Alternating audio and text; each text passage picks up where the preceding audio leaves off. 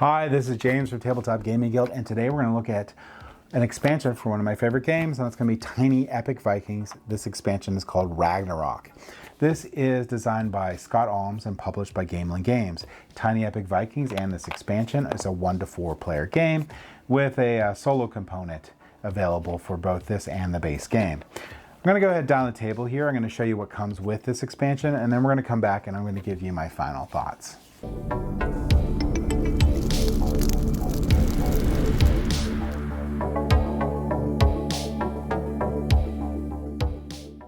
All right, so this is the Tiny Epic Vikings Ragnarok expansion.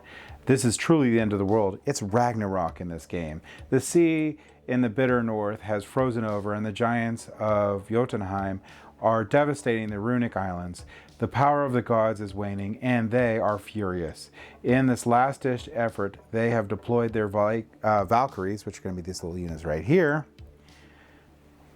the winged warriors of Asgard, to aid the mortal Vikings in slaying the scourge of the giants. Every true-blooded Viking knows that to give one's life felling a giant would be the greatest honor of their clan. So you're going to get more cards to play with in this one. There's going to be a good bit here, and these will help with, they have like giant actions on them and Valkyrie actions on them.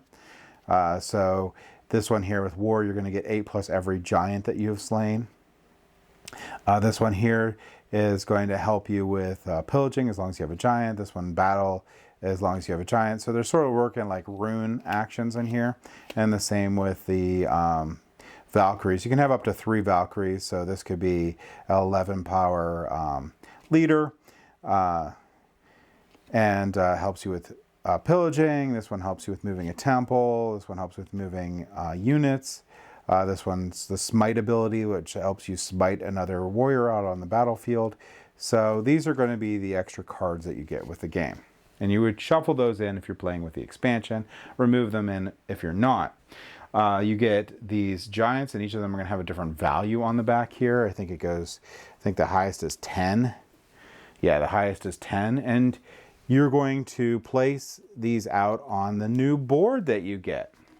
So this new board here, if you're playing with 4 players, you play with this side. If you're playing 1 through 3, you play with this side.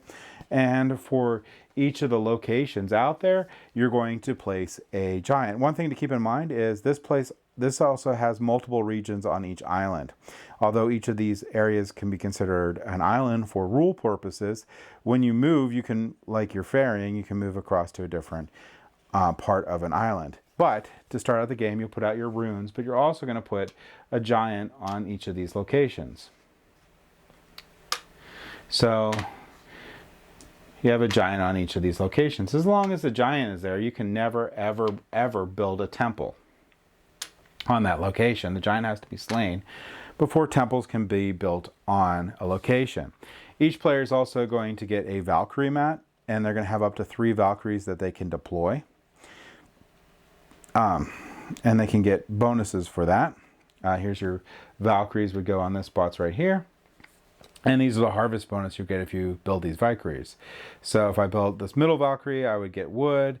Every harvest, if I build this one here, I get a food. And if I build the one on the end, I would get iron. And you don't have to build them from left to right. You can build them in any order you want. So if you think iron's more valuable to you, do that one first. How do you get Valkyries on the board?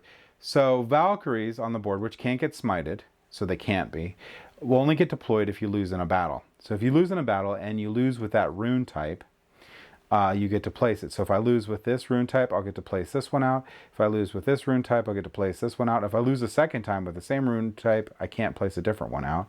But that's basically how Vikings get placed out. And they do count for boots on the ground. Valkyries count as actually 2 influence instead of the 1 that you would get with a normal Viking. So they can help gain control of a region. Valkyries also have special movement options. So when doing the explore action, so the explore action means when you can move a Viking around, these are the different things you can do. You can move them on like normal. You can pay a food and move a Viking with you, or you can pay 3 iron and move a fortress with the Valkyrie. In addition to that, Valkyries because will help you smite giants. And other than cards that are available, that's the only real way that you can do it. And some of them will reduce the amount of, make it say it counts for a Valkyrie. Some of them will make it count for one of the Vikings to reduce how much you need. But in general, you're going to need to have 1 Valkyrie and 3 Vikings in a region to be able to smite the giant. So if I do have that in a region, so if I have my 3 Vikings in a region and 1 Valkyrie, I will be able to smite the giant and place it over in my area. And I will have to lose 3 Vikings to do it. Okay, so, well, how do I initiate that? Well, you get to play one of these cards face up to be able to do that.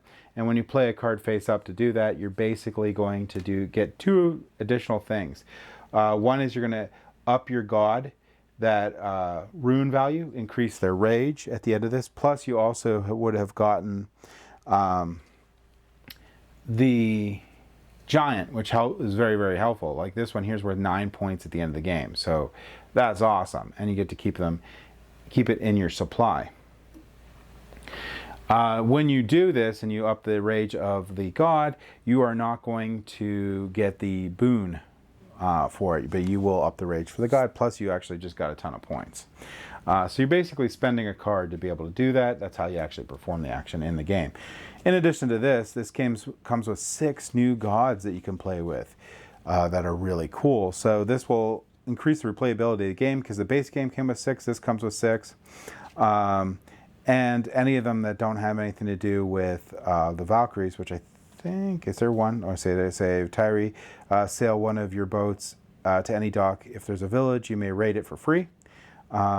Sol, the goddess of the sun, exchange one of your favorite cards with any other favorite card at the end of the row, so that's good. I don't know how to say her name, goddess of loyalty.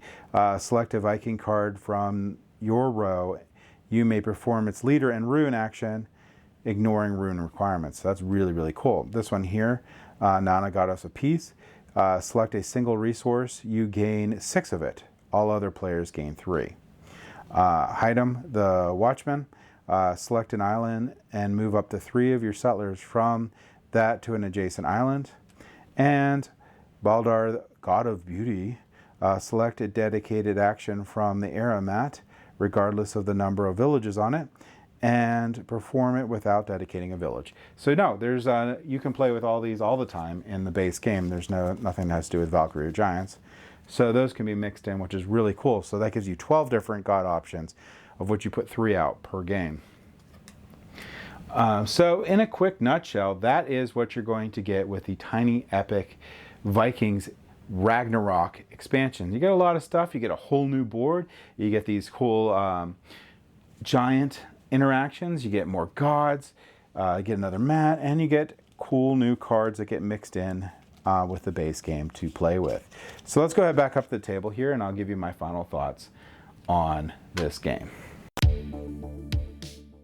Okay, so I really like Tiny Epic Vikings. I love the base game. It's a lot of fun. I also really like this expansion.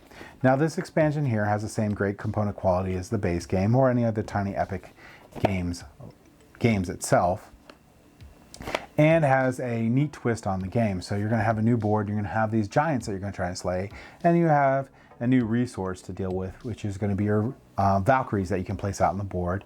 Really, really important also is you're going to have 6 more gods to add to your base game. Whether you play with this expansion or not, that's going to give you 12 different gods that you will be able to randomly have in each game, so it adds a ton of replayability. This expansion itself, just for that, is pretty much an essential expansion for Tiny Epic Vikings because that additional replayability is really important. I also like the having to go after these giants and getting the huge amounts of points from those giants. You don't actually have to do that. You can win the game without attacking a giant. The cards that come in this, the deck's pretty large in the base game, so you are likely to end up seeing them in a draft, but they're not going to be that common. So you can definitely have this in play this game, and not have to worry about the giants so much. You can let other people slay it and put your fortress down in those areas and still have a chance in winning. which I like that a lot. I also like the fact that these islands are a little bigger. It's a little different that each of the little regions inside of an island is considered an island itself for rule purposes, but it works out. I just call them regions when I explain it, and I treat them like they're an island for a majority and stuff like that. So overall, I really like this expansion. If you like Tiny Epic Vikings, I highly recommend picking up this expansion. It's great, if not just for the 6 gods in there to add on into the base game, but also to have this variant in here that you can play with any of the groups that are experienced with the base game over time. So it adds replayability, really great component quality, a lot of fun, and that's Tiny Epic Vikings Ragnarok and my thoughts on it. Thank you for watching.